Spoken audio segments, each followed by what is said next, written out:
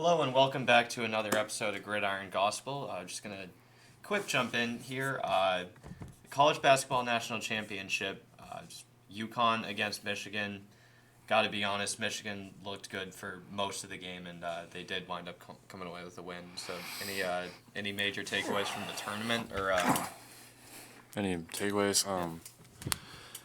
I said Michigan was gonna win the national championship. I think like in January, because I didn't think anyone could beat them. I was right. Yeah. That's just basically how it is. Yeah, they had a great season. I think it's their first national championship since what? And since a while, like 80s, It's like 89, around the like 80s. early 90s. Yeah, I was pulling for Michigan because the Big Ten deserves to win. Hey, gotta throw some respect Yeah, on the Big Ten's the Big name. Ten, I mean, yeah. they've had obviously Michigan win the championship this year. UCLA did win the women's championship. Yep, a lot of has- Indiana won football, so Past three college football national champions, or two actually, yeah, have been from the Big Ten. yep. The 2024 one. Yeah, I hasn't can had six see. next to it. I can see next year when. But by the way, I saw some that the tournament can be expanded to 76 teams. I did see that. So Yeah, so so- I'm not a huge math guy. So breaking it down, so 76. The first four would be expanded. Okay, so 76 to 38 to what 19. No, I think it would stay there around a 64 and all that. I think there's gonna be more playing games. Oh, okay. Yeah, Okay. I don't think they're changing that. I think they're Alright. changing the first four. I was about to say if like Yeah, I wouldn't. I'm not. I mean, yeah, I'm not opposed to Yeah. more games on that Tuesday and Wednesday, but Yeah, exactly. You're just adding more cinema on an already great sports schedule there. yeah. Yeah, I can see the Big Ten putting in at least 12 teams next year. Yeah. Maryland could be one of them. Yeah, I hope so. But we're just gonna talk mostly baseball, at least in this episode. My Red Sox off to guess obviously not the start that they wanted. I'm just gonna put it at that. 4 wins through the first. Not good. 1, 2, 3, 4, 5, 6, 7, 8, 9, 10, 11, 12. All right, so 4 and 8. One of the worst starts in franchise history, but I mean, I like the way that we've been playing the past couple days. Obviously, got the shutout win there. Crochet and Early, I think, are going to be two of the better starters for us moving forward. Don't get me wrong, I like Ranger Suarez. I like that he's a member of my team now. I just think you got to give him some time to just warm up, and hopefully he's at least a sub-3 ERA pitcher by the end of the year. But I think a 3.132 would be a massive improvement to where he is at right now. Yeah, I think for the Red Sox, like, I know it's early. I know the team chants are getting out. I don't necessarily agree with that, and the Red Sox will always pull through. And Ranger Suarez has proven Yeah. in his career basically that he is a top-notch pitcher. He did that with the Phillies. He did that. Yeah. And he was that key piece in that World Series run that they had. So I would say give it time. The Yeah. Red Sox are a very good team. Put Roman Anthony at DH because I'm a little bit tired of going on Twitter and seeing that he has a noodle arm every 5 seconds. Yeah, it doesn't help as a glorified Roman Anthony defender. Well, because home plate is right here, and he chucks it to Arlington, Virginia over here. Okay. Yeah. All right. The- Arlington, Virginia, a bit of a pull there. Yeah, that's not okay. Yeah. Pull of towns. I don't know where. I, I don't know Arli- anything about you know what? Virginia, I'll give you better. Leesburg, Virginia. Done. Again, I know no towns in Virginia, so I'm just gonna assume that's I've a been- pull. That's a pull for me. I've not been a pull for, I've not a been pull to for, Virginia. I've been to Virginia so many times. I basically know where a lot of things are. Yeah, so that's a pull for me, not a pull for Yeah. the resident DMV expert on Gridiron Gospel here. But you talk about selling the team. I think Boston as a whole has very negative reactions to their teams or players doing poorly. And I got to be honest, I'm kind of tired of it. I get negativity sells, It's a lot of expectations. but there's way too much expectations, not only on Anthony, but everyone on this team. I mean, Crochet's off to a good start, but he had the poor game early on.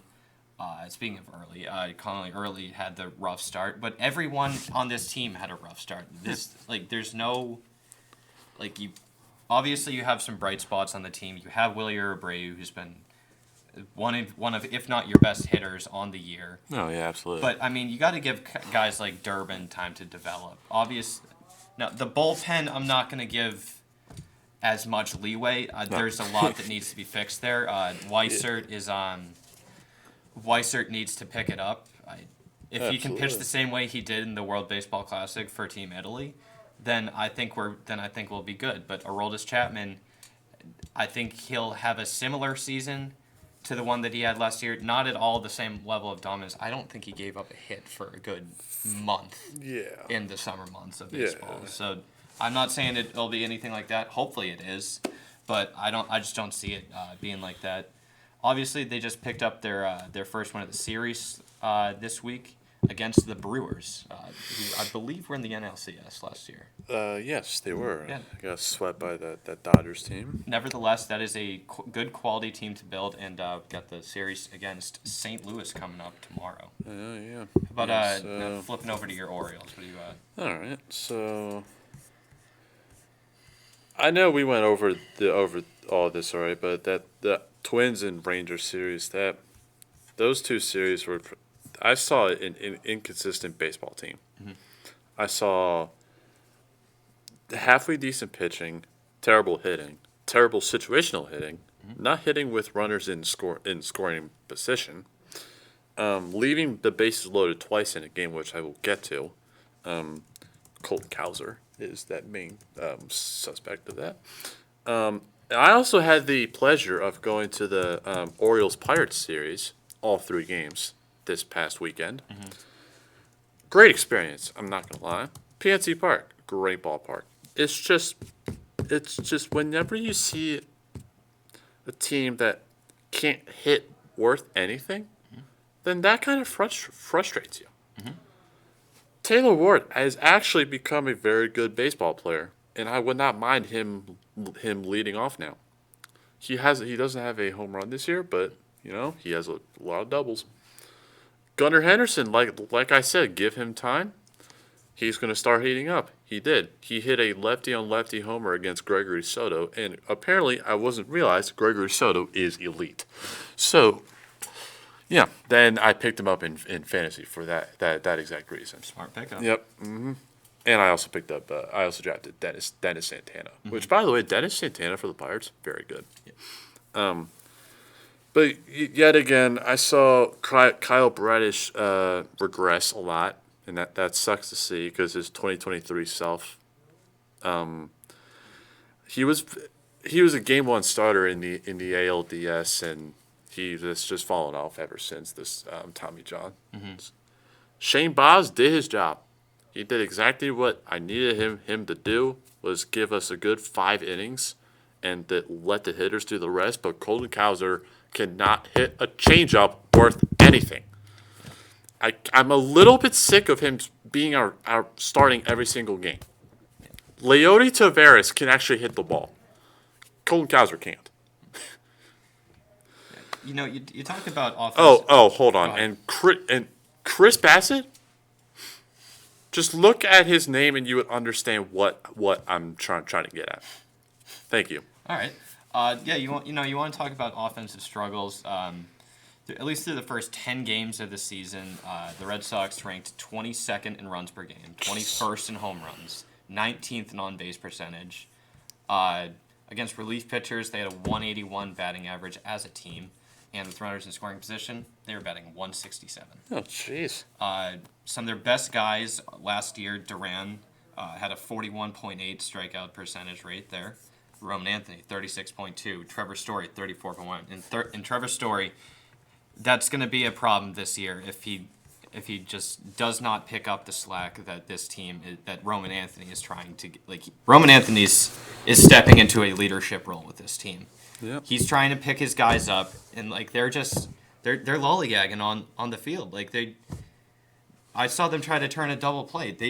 Shortstop tosses it to the second baseman. Second baseman leaps over second base, never once touches it, throws to first. Both runners safe. That's inexcusable. Have to be better defensively. Yeah. And I mean, this is and obviously it's their first series win of the year against the Brewers. This is the best that I've seen them look all year. Like they've actually looked like a competent baseball team against the Brewers in the final 2 games of the series. Yeah, so the Orioles did recently sweep the White Sox. And I was a little bit scared we would actually get swept by the White Sox. Mm-hmm. Now, I think this is a confidence series. I think Pete Alonso will play up to what he's supposed to play. Mm-hmm. I'm not bashing the man. No. Because it's always because I've learned this from a lot of people. Going from the NL to the AL, it's a little bit of a change. Yeah. So give him time to acclimate himself. He is on a 5-year deal, so if he struggles this year, he can go off next year, and I think he'll be fine. And I think the main thing that I have learned as an Orioles fan is being patient, because I've had to watch from 2017 through 2022 some of the worst teams I've ever seen in my life. We had a season where we only had 48 wins on the year. See, and I'm not trying to beat a dead horse here too, but what about like the seasons like prior? Like I'm not making fun of 2016. That I will never. But that 2016, oh my God. Ubaldo Jimenez, I don't want him mentioned in my life anymore. I'm done. Ubaldo Jimenez is terrible. MLB The Show 25. Okay, I'm sorry. I have a little bit of trauma here. Buck Showalter, why are we putting Ubaldo Jimenez in over instead of Cy Young candidate and Zach Britton? Name I haven't heard. Zach Britton would easily get us into extra innings so that Mark Trumbo or Adam Jones can do their job. Mm-hmm. And you did not do that. 2015, I completely forgot about that whole year. But 2014 was where we made it to the ALCS. Yep. And years prior, I don't remember. But, I will never forget what Nelson Cruz did on the Orioles. Yeah. Never forget that. But go ahead. No, I mean, look, the Sox have... I think what the Sox fans at least are trying to... They expect to win because they've won previously. They've won in 2013. They won in 2018. They were a couple 2021. If I'm correct, they made it to the ALCS. They made it to the ALCS. They lost to that was with Kyle Schwarber on the team, right? That was Red Sox. That was Red Sox legend Kyle Schwarber. They're not getting No. I think they're just tuning me out in the background. But Kyle Schwarber, obviously a Sox legend. But that's the thing though. Like the loss to the Yankees in the postseason, that's the worst thing that could happen to Boston. I mean, they'll lose to other teams. Like they've lost to the Astros. They've lost to the Guardians back a couple of years back. Mm-hmm. Like, they lose to them, it stays with them until next season. The Yankees, they don't... You lose to the Yankees, you remember that for a long, long time. Absolutely. And I just don't think they've brought that anger that they felt like once... They lost in Yankee Stadium to their most hated rival in the Yankees. And you don't bring that anger and competitiveness that you had last year into this year. And I don't like the fact that they... don't have that this year. Like, they don't have that it factor that team last year had. Yeah, I don't. I thought in 2025 that the Orioles would actually would be willing to actually be competitive for a playoff win. Because 2023 got swept. 2024 got swept in the wild card round. Mm-hmm. I thought there would be like a edge to it, but apparently signing Charlie Morton was a brilliant idea. And this year signing Chris Bassett is a brilliant idea. Paying $18 million for a guy to have a 15 ERA and get owned by the Pittsburgh Pirates of all teams. Yeah. And you want to talk about spending money. That's the main problem with the Red Sox ownership is that they spend like they're a small market team. Same in Baltimore too. When their owner is a top 5 wealthiest owner in Major League Baseball. I mean, our owner is David Rubenstein, who's one of the richest people. Yep. people right now. We're not, and yes, we did pay Pete Alonso and all this. Yeah. But I before the season? Where were the talks with Gunnar Henderson, Adley Rutschman, which by the way, Adley Rutschman redemption season. I'm calling it now. Hey, I can respect that call. And Taylor Ward is going to be a free agent on the year, so let's get those guys paid. Yeah. Let's get Gunnar paid at the end of the year because I know he said he didn't really want to talk about it during the season. But a guy I want to talk about where we have 5 years of control with him, I think, is Blaze Alexander. This man's what? Sox. Oh no, He's a Diamondbacks legend. no, there's some guy. Oh no, it's Blaze. I apologize. Are you thinking of Blaze Jordan? I am absolutely thinking of Blaze Jordan. That is, Blaze Alexander. That's my apologies. This man's defense. I think is we haven't seen a good defensive third baseman since Manny Machado. And Ramon Urias won a gold glove, and you cannot deny Manny Machado's defense was elite. It was. Thank you. This man's defense was elite Until he tanked the career of Dustin Pedroia. I don't care about that. Look, we're not. I brought up Ramon Urias, and I got instantly pissed off because this man him and Jared Triolo. I talked to a Pirates fan about this. Mm-hmm. They hate Jared Triolo as much as I hate Ramon Urias. It's the most Mickey Mouse Gold Gloves I've ever seen, and I don't want to use the exact term I want to use. Yeah. But Mickey Mouse. I yes, think that's a fair and term. you know exactly what I'm trying to get at. So I don't understand anymore. But you know what? Put Blaze at third. Then Jackson Holliday's going to come up soon. So second base, then we're good. See, that's a solid starting lineup. They got a solid young core there. Now let's go get Mitch Keller for the Pirates in about a month whenever they inevitably lose. Yeah, because after one of the games, one Pirates fan they were so happy, and then I basically yelled, "Enjoy your World Series now because the false hope of Pittsburgh sports is now coming into play." Yeah, because you got the draft coming up, which Steeler fans want a certain player, but they don't get him. Pirates fans think they start elites in the first 25 games and then proceed to lose 13 straight. And the Penguins are having a.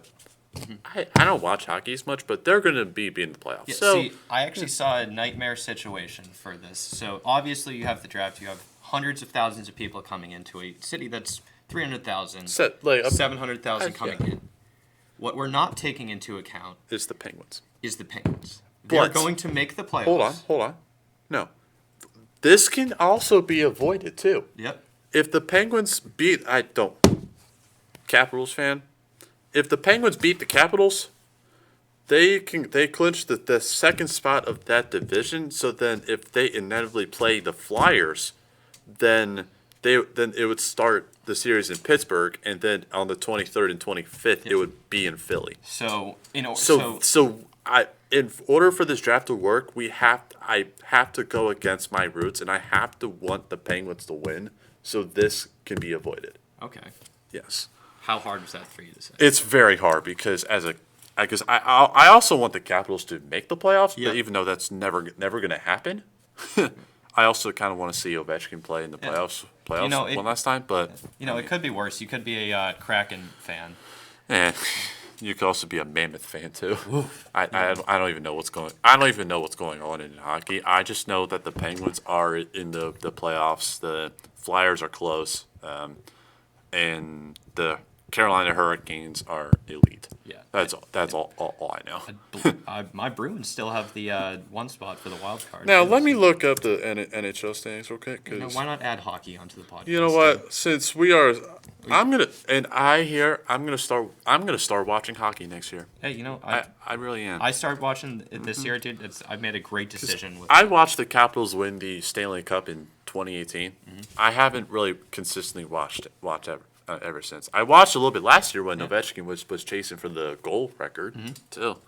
I watched him score in the middle of my shift at work, but watched my Bruins have the greatest year in NHL history. Okay, so the Capitals would need a miracle to do it. so they're not going to get in. The Islanders won't get in. Blue Jackets they'll probably get in if the Flyers choke. The Flyers could easily choke and miss the playoffs. I personally wouldn't mind seeing that. That would be fun. That would be fun. So they play the Red Wings, the Jets, the Hurricanes, and the Canadiens. Okay, so Red Wings, that's a tough matchup. What about the Jets? Jets are awful. All right, cool. The Hurricanes at home though, and I'm pretty sure. Hey, peanut gallery in the back. We need opinion. Hey, we need opinions. Flyers fans back there. We need opinions. How electric are Flyers home games? Thumbs up or thumbs down? Nope, I think we're getting a absolute electricity. Okay, right. so Jack Morgan's first appearance on Gridiron Jack Gospel. Morgan says that they are elite, so I could say the Flyers can easily beat the Hurricanes. They could. I think that'll be a tough game, but it's honestly a game that I'm actually really looking forward to Yeah. watching. Mm-hmm. Keep in mind that will be a hate watch for me, but I don't really have any hate watches here. I don't know who the Capitals' rival is besides the Penguins, but I know the Flyers are too. I'm just trying to think of like teams in your area. Carolina would be closest. Yeah, Carolina owns us in the playoffs, so yeah, Carolina. I'm just gonna say that the Capitals. I'm just gonna say the Penguins. Yeah, So that's safe. yeah. And the Canadians, I think they can beat them. So the Flyers can easily get into the playoffs. Mm-hmm. Now, something I read the other day is that the Buffalo Sabres have not been in the Stanley Cup playoffs since 2011. Mm-hmm. Yeah, that's. I did not know that. It was actually the longest playoff drought in major four U.S. sports. And I thought that the Jets had the longest drought. Oh, they do now. They have not made the playoffs since 2011, so they're going That's on insane. 15 years now. Looks like Buffalo Sports is back because they got a hockey team now. Yeah, and they have and their football team is owned by a. By the New England Patriots. Gosh dang right they are. Yep. So the Penguins, who do they play next? They got. They play the Devils tonight. Yeah, Devils tonight, Capitals Saturday. The Capitals Saturday and Sunday. Back to back, and then they got the Blues. Then the Blues. All right, so they can easily beat the Devils and the Capitals twice. Mm-hmm. Okay, so the Penguins are going to clinch that spot. So Yep. the traffic during draft can easily be avoided. There's going to be traffic regardless. Well, I'm talking about extra traffic for the Penguins. Yeah. Now, another thing is, speaking of the NFL draft, actually, we will be there, obviously. yes. But my idea and advice to anybody listening out there: don't take the train or an Uber. Okay, we're safe for the draft because the Pirates are on the road. Okay, perfect. Yes. That would add even more chaos. But I'm telling you, just walk. We're Duquesne students, obviously, so we can just walk. It's a mile and a half walk to. Yeah. That's a safe walk to make. I would not feel good taking the train. No, I would not. I've been to Steelers games with you, Yes. and I've seen what the train looks like for a Steelers game. Yes, and For the NFL draft, absolutely not. No, because I don't want to be stuck in a train with Ravens fans not really thinking, Browns fans who don't think. Speaking of Ravens fans, do you see they finally got rid of Falele? Oh, really? Yeah, he's going to the Giants now. Dang it! Yeah. I wanted my one free sack a game. Dang it! Jeez, Cam Hayward was feasting on that man. Yeah. But Daniel for Falele and Evan Neal on the same I'm team. excited for the draft. And I never thought that I would attend any draft. Yeah. And there's a good chance when the draft is in Washington D.C. next year. Ooh. There's a chance I may go to that, but 90% not. Yeah. Because it is during. Look, we can finals. all say that we've been to an NFL Yes, draft after yes, this experience absolutely. this Now, the thing that I'm more concerned of is how I went to that draft site earlier today. Mm-hmm. I don't know how 700,000 people are going to fit in that area.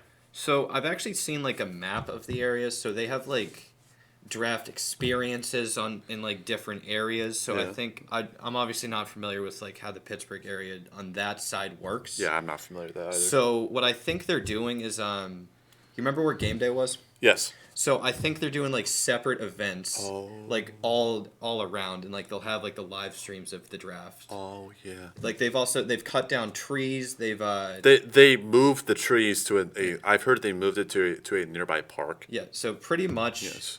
any place that is not a hotel or restaurant slash bar, that's the only thing that's going to be open. And I've been on TikTok so much that it's a concern that I need to get off it half the time. Yep. But a lot of the citizens of Pittsburgh are not happy that the draft is happening in the city. And let me tell you why. Because they said that Fort Pitt is the reason getting in. Squirrel Hill is a reason of traffic. Yep. And that's how I go in and out of Pittsburgh to go home. Yep. Squirrel Hill. And what else? The traffic is going to be awful. That's a guaranteed, Yeah. no matter where the draft is. And that's why we're not taking Ubers. That's why I will be walking. But saying that I don't understand the citizens like fault for this, or not fault, complaint for this. Yeah. The draft is probably the best thing to happen to the city. I would agree. And you look at where it was last year. It was in Green Bay. The revenue is going to be insane. Yeah. Because you're talking about nearby restaurants. You're talking about nearby hotels, bars. Clubs, I guess. That Jason Aldean's place nearby. that's That place is going to be packed. Which I did figure out. On game days, they only do 21 and up. Yeah, no. So when we did go there, we were just fair warning. We were just going to grab a bite to eat. Yes. They carded us at the door. Yes. They carded us at the door on a Pitt game day. Yeah. Mind you, we're doing games. That's I'm sorry, I don't get that, but it's gonna bring a lot of revenue to the city. It's probably gonna cost a lot of money. yeah. But yet again, look at how much money we're bringing back. Because if you're adding 700,000 people approximately, I want to make a prediction it's going to go up at least to 900,000 I would agree to with a that. million. Yep. Like, you're saying that the city is not ready for this, but this can only benefit the city because of the amount of revenue it's going to get. Yep. And I'm friends with very little people from Pittsburgh. They're not happy about it, but yet again, it's for other reasons that I really don't want to. I don't know about. I actually It's like financial reasons for like stuff, but I've talked with people that are from Pittsburgh. They like the fact that the draft's coming here. Like they're like all on board. Like they're like it'll make it'll be a great look on the city. Yeah. And I honestly just can't wait. I mean, we're 2 weeks out from about this time. today We will be at Acrisure Stadium. we'll be at Acrisure Stadium. Yes, so this weekend I'm gonna do interviews with people over there. Need some help filming? You can come with too and help me out. Need to be later in the day, Saturday, but yeah. Sure. That I was planning on doing that Okay, too. cool. Because I had to get work done at the beginning. Makes sense. But I'm gonna do interviews with people and see how they or what their reaction is, or like if they're ready. And then on draft day, I'm also gonna be talking to multiple different fans. Yep. That are gonna be there and basically ask like who they want at their prospective pick. Yep. And what do you think is gonna happen, and are you enjoying your time here? Like I'm. Just a bit of a preview for next week's episode of Gridiron Gospel. We're going to try to get some guests on here, but we are going to be doing an NFL draft preview. Yes. Obviously, we're going to have different correspondents from different teams. I mean, we got a couple of Steelers fans, we got an Eagles fan, we got a Ravens fan. I can bring on I already have an Eagles fan. Obviously got a Pats fan. Actually, we're gonna need an NFC or another NFC course. Seahawks fan, are you willing to join? For Yes. All right, so it's gonna be a massive episode next week. Obviously, looking forward to that. Do you got anything else? Or No, I'm and quite what? Thumbs up. Yeah. Thumbs up. Let's go. All right. Yeah. So I believe I want to make. I think on the week of the draft, Gridiron Gospel will, and if you're up for this, will be making our mock draft. I like that. I like that. That's kind of what I had in mind for the draft or for like the draft preview. We had you have like a paper sheet or no. No, I'm doing this mock draft on PFF because that's I'll always go there. Absolutely. And PFF, why did you have to make everything that you have to pay for it? Because I liked it before. No, there's a website that you can use. I'll show you. And I know what website you are talking about. I don't like that website. Oh, okay. Yes. All right. But yeah, that's just about all we have here for Gridiron Gospel, unless you got something else. Yeah, I don't know what else to say. All right. Well, obviously covered some baseball. College basketball season is over, so we are now officially a baseball podcast for the rest of the year. Yep. Until college football and the NFL start up again. You know what? You say just baseball? You know what? Let's add hockey too. I like that. A little hockey preview. And also the NBA playoffs are starting up. Yeah. We never talked about the NBA, I think. Let's talk about the NBA playoffs. Yeah. Let's do it. Sounds good. Yep. It'll be a heck of an episode for next week. Yep. And the weeks prior. So that's just about all we have here for Gridiron Gospel. I'm Will McDonald. I'm Jason Obremski. And we'll see you next week.